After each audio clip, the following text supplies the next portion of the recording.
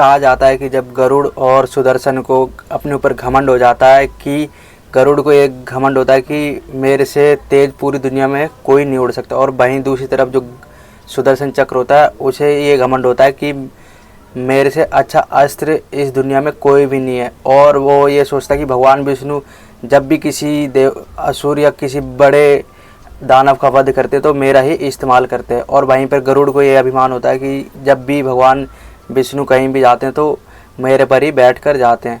तो इन दोनों को जब घमंड हो जाता है तो द्वापर युग तक पहुँचते पहुँचते कहा जाता है कि कई लाखों साल तक भगवान की सेवा करते करते इनमें बहुत ज़्यादा घमंड आ जाता है। तो जब द्वापर युद्ध में श्री कृष्ण होते हैं तो वो गरुड़ को बुलाते हैं, क्योंकि उन्हें हनुमान जी से मिलने की इच्छा होती है। वो जो कि पिछले जन्म में राम जी होते हैं और वहीं द्वापर युग में वो भगवान श्री कृष्ण के रूप में आते हैं। तो वो सोचते हैं कि मैं क्यों ना एक बार हनुमान जी से ज़रूर मिलूँ। तो हनुमान जी से जब वो मिलने की सोचते हैं तो वो गरुड़ जी को बुलाते हैं। अब गरुड़ जी वहाँ आते हैं तो गरुड़ जी से वो कहते हैं कि आप जाओ और हनुमान जी से मिल के आओ और उन्हें यहाँ पर लेकर आओ। उन्हें बोलना कि श्री कृष्ण उन्हें द्वारका में बुला रहे हैं। गरुड़ श्री कृष्ण से कहते हैं कि कौन हनुमान, मैं हनुमान जी को मतलब मुझे स्मरण नहीं है कि हनुमान कौन है। तो वो श्री कृष्ण उन्हें याद दिलाते हैं कि वो हनुमान जिन्होंने बाल्य रूप में ही सूरज को निगल लिया था और जिन्होंने लंका में आग लगा दी थी। और कहा जाता है कि जब मेघनाथ ने वो राम और लक्ष्मण पे अपना नागपाश अस्त्र का उपयोग किया था तो हनुमान जी कहा जाता है कि वो गरुड़ को लेकर आए थे और गरुड़ ने उनकी सहायता करी थी नागपाश से मुक्त होने में, राम जी और लक्ष्मण जी की।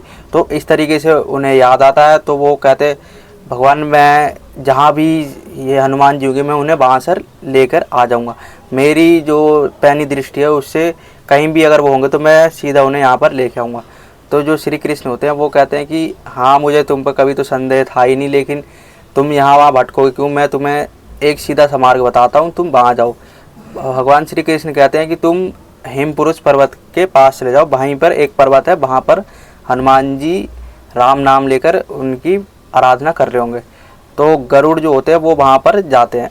अब गरुड़ जी जो भगवान की प्रार्थना कर रहे होते हैं हनुमान जी उनसे कहते हैं कि तुम मेरे साथ चलो, और क्या बोलते हैं कि तुम्हें द्वारका में श्री कृष्ण ने बुलाया है। तो हनुमान जी होते वो सीधा कह देते हैं कि मैं किसी कृष्ण को नहीं जानता हूँ। हनुमान जी कहते हैं कि मैं किसी कृष्ण को नहीं जानता हूँ, मैं तो सिर्फ अपने प्रभु श्री राम को जानता हूँ और उन्हीं की भक्ति में लीन रहता हूँ। आप कृपया करके यहाँ से चले जाएं, मैं कहीं नहीं जाना चाहता, मुझे अपने प्रभु की आराधना करनी है। तो गरुड़ को जब हनुमान जी मना कर देते उनके साथ चलने के लिए तो गरुड़ उन्हें फिर समझाते हैं, और जो कि गरुड़ अपनी बल और गति की घमंड में चूर होते हैं वो उन्हें कहते हैं कि मैं तुम्हें अंतिम बार कह रहा हूँ तुम मेरे साथ चलो। क्योंकि उन्हें भी भगवान श्री कृष्ण ने आदेश दिया था कि तुम उन्हें लेकर आओ, तो वो भी अपने भगवान का आदेश नहीं टाल सकते थे, लेकिन वो घमंड में होते हैं तो वो उन्हें बोलते हैं कि तुम मेरे साथ चलो। लेकिन जो हनुमान जी होते हैं वो कहते हैं कि मैं नहीं जा सकता। तो गरुड़ कहते हैं कि मेरे पास बहुत से अस्त्र भी है जिससे मैं तुम्हें बांध कर ले जा सकता हूँ, बंदी बना कर ले जा सकता हूँ मैं तुम्हें, अगर तुम नहीं आओगे तो। हनुमान जी पर जब वो ये सब बोलते तो हनुमान जी फिर मना कर देते कि मैं नहीं जा सकता, मेरे को अपने प्रभु राम की आराधना करनी है। तो हनुमान जी की ऐसा कहते ही गरुड़ जो होता है अपना गरुड़ पास से उन्हें बांधने की कोशिश करते हैं। तो जो हनुमान जी होते हैं गरुड़ पास से तो वो बच जाते हैं, और जो हनुमान जी फिर उनके साथ करते हैं वो शायद वो कभी ज़िंदगी भर भी ना भूले। हनुमान जी उन्हें अपनी पूँछ से बांध कर वहीं फेंक देते जहाँ से वो वापस आए थे। अब जब द्वारका पहुंच जाते तो द्वारका में जाकर वो श्री कृष्ण से कहते हैं कि प्रभु जो आपके भक्त है वो तो बड़े ही निठुर है, वो तो आपके बुलाने पर भी नहीं आए। और वहीं पर जो उनकी श्री कृष्ण की पत्नियां भी होती है वो भी कहते हैं कि हाँ ये कैसा भक्त है आपका जो आया ही नहीं आपके बुलाने पर।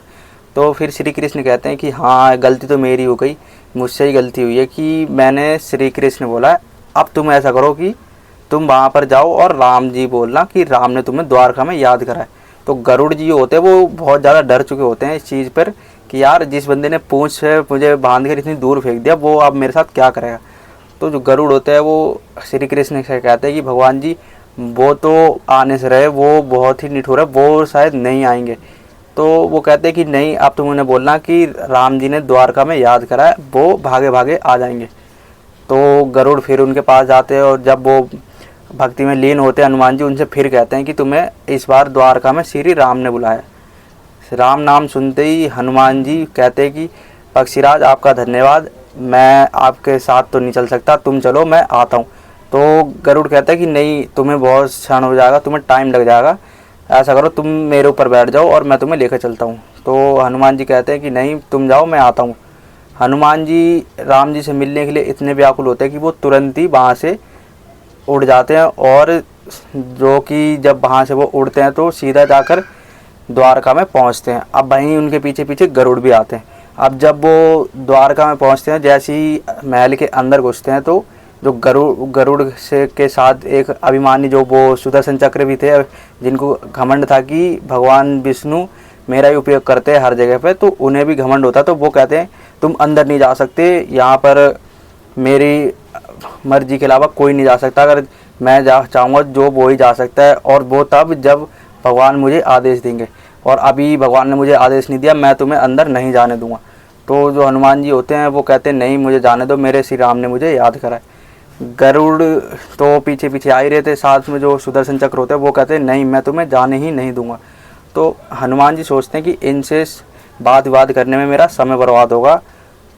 सुदर्शन के मना करने पर भी हनुमान जी जब द्वारका के महल के अंदर घुसने लग जाते हैं तो जो सुदर्शन होता है वो अपना विकराल रूप लेकर हनुमान जी पर प्रहार करना शुरू करता। तो वहीं हनुमान जी होते हैं वो भी अपना विकराल रूप धारण करते हैं और सुदर्शन को अपने मुंह में दबा लेते हैं, और फिर वो अंदर महल के अंदर जाते हैं और श्री कृष्ण को पहले देखते हैं। फिर बाद में वहाँ पर जो श्री कृष्ण होते हैं वो अपने राम अवतार में आते हैं और हनुमान जी को दर्शन देते हैं। वहीं पर जो श्री कृष्ण की पत्नियाँ होती हैं उनको देखकर हनुमान जी चौंक जाते हैं कि ये कौन है और माता सीता कहाँ पर है। वहीं पर फिर थोड़ी देर बाद माता सीता उनके लिए फल लेकर आती हैं, और फिर राम जी उनको आशीर्वाद देते हैं, और राम जी कहते हैं कि तुम बहुत भूखे हो गए, लो फल खाओ। तो जो हनुमान जी होते जैसे ही फल उठाते खाने के लिए, उनके मुंह में तो क्योंकि सुदर्शन होता तो वो क्या करते हैं कि फल खाने से पहले सुदर्शन को बाहर निकालते हैं। अब जैसे ही सुदर्शन को बाहर निकालते हैं, जो राम जी होते हैं, जो श्री कृष्ण राम जी अवतार में होते हैं, वो उनसे कहते हैं कि तुमने हमारे अस्त्र को ही मुँह में रख लिया, ये आपने कैसे करा। तो वो कहते हैं कि भगवान, मैं आपका नाम सुनते ही इतना व्याकुल हो गया था कि मैं आपसे जल्द से जल्द मिलना चाहता था, लेकिन ये बाधा बन रहे थे, ये मुझे अंदर नहीं आने दे रहे थे, तो मैंने इसलिए इनको अपने मुंह में रख लिया। तो हनुमान जी जब ये सब बताते तो राम जी कहते हैं चलो ठीक है। अब वो राम जी उनसे इतना प्रसन्न होते हैं, क्योंकि वो त्रेता युग में होते हैं और वहीं द्वापर युग तक वो हनुमान जी उनकी भक्ति करते हैं। तो वो कहते हैं कि तुम मुझसे कुछ ही मांग सकते हो। तो हनुमान जी श्री राम से कहते हैं कि भगवान, अगर आप मुझसे सच में ही प्रसन्न हैं तो एक बार आप अपने धनुष वाले अवतार में मुझे दर्शन दे दो। तो जो राम जी होते हैं वो हनुमान जी को अपने धनुष वाले अवतार में दर्शन देते हैं, और माता सीता भी उन्हें उन्हीं रूप में दर्शन देती हैं जो त्रेता युग में वो थे जैसे। और फिर कुछ समय बाद वो हनुमान जी वहाँ से चले जाते हैं, और जैसे हनुमान जी वहाँ से जाते हैं तो वहीं पर गरुड़ आते हैं, और गरुड़ उनको चेतावनी देते हैं सुदर्शन को कि यहाँ पर महाबली हनुमान आने वाले हैं।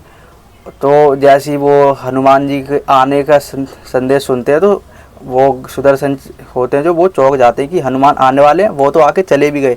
तो गरुड़ को फिर आभास होता कि हाँ, कोई है जो हमसे भी शक्तिशाली है, बुद्धि में भी, बल में भी, गति में भी, हर चीज़ में। तो गरुड़ और सुदर्शन जो होते हैं, अभिमान होता है जिनको आपस में कि हम सबसे शक्तिशाली है।